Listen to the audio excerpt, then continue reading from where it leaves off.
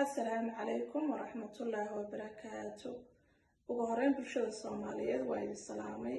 Magacaygu waa Hoodo Maxamed Iidaan, ku magac dheer Hoodo Lamaanaha Indhahala, ahna afhayeenka isku xidhaha iyo weliba dhaqaale soo ururiyaha ururka hablaha aragga naafada ka ee Tough Blind Girls.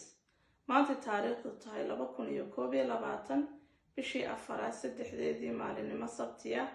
waxaan doonaynaa halkan ku shaaciyo isla markaana idinkula wadaago inaanu daahfurnay barnaamij la magac baxay Naafa Kaab.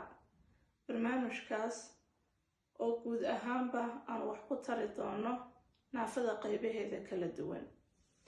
barnaamijkan waxaa fulinaya ururka hablaha aragga naafada ka ee Tough Blind Girls, isla markaana waxaa maalgelisay mu'asasada khayriga ah ee Al Noor Charity. mu'asasadaas oo fadhigeedu yahay dalka Qatar. barnaamijkan waxaan si toos ah maanta uga bilownay magaalada Burco ee gobolka Togdheer.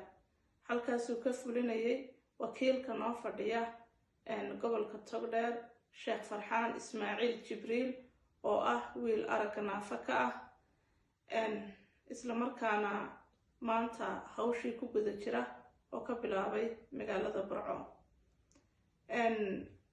qoysaskaas ayaa waxaanu siin doonaa qoyskiiba raashin lacagteedu ay dhan tahay $116 iyo weliba badh, taasay mu'asasadu ugu tala gashay inaan qoys kastaba guddoonsiino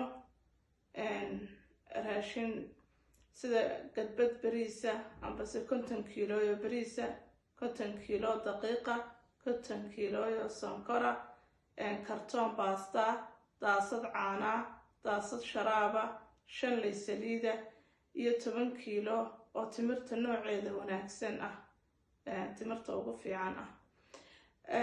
intaasan qoys kastaba aan guddoonsiinaynay. isla markaana hawshu saan horeba u sheegay Burcay ka socotaa. Hargeysa noogu xigi doonta haddii Rabbi raalli ka noqdo iyo intii kale Ilaahay noo suurtageliyaba.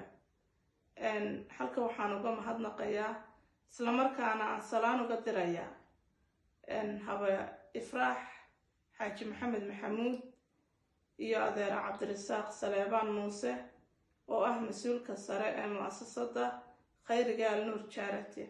oon leeyahay Ilaahay miisaanka xasanaadka hawsha khayriga wadaan Allah idin saaro, Allahna ha idin barakeeyo.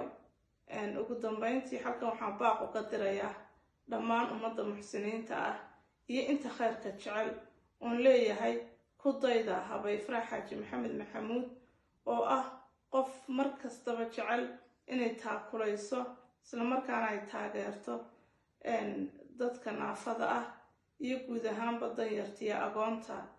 waxaan idin leeyahay ku dayda hawshan aan wadnay khayrigaana. waxaan rajeynayaa inaad nagala qayb qaadan doontaan sida muxuu ahaaye Ifraax Xaaji Maxamed Maxamuud. marka insha Allah biidnillaahi kariim intaasaan rabay inaan idinla wadaago. Asalaamu calaykum waraxmatullaahi wabarakaatu.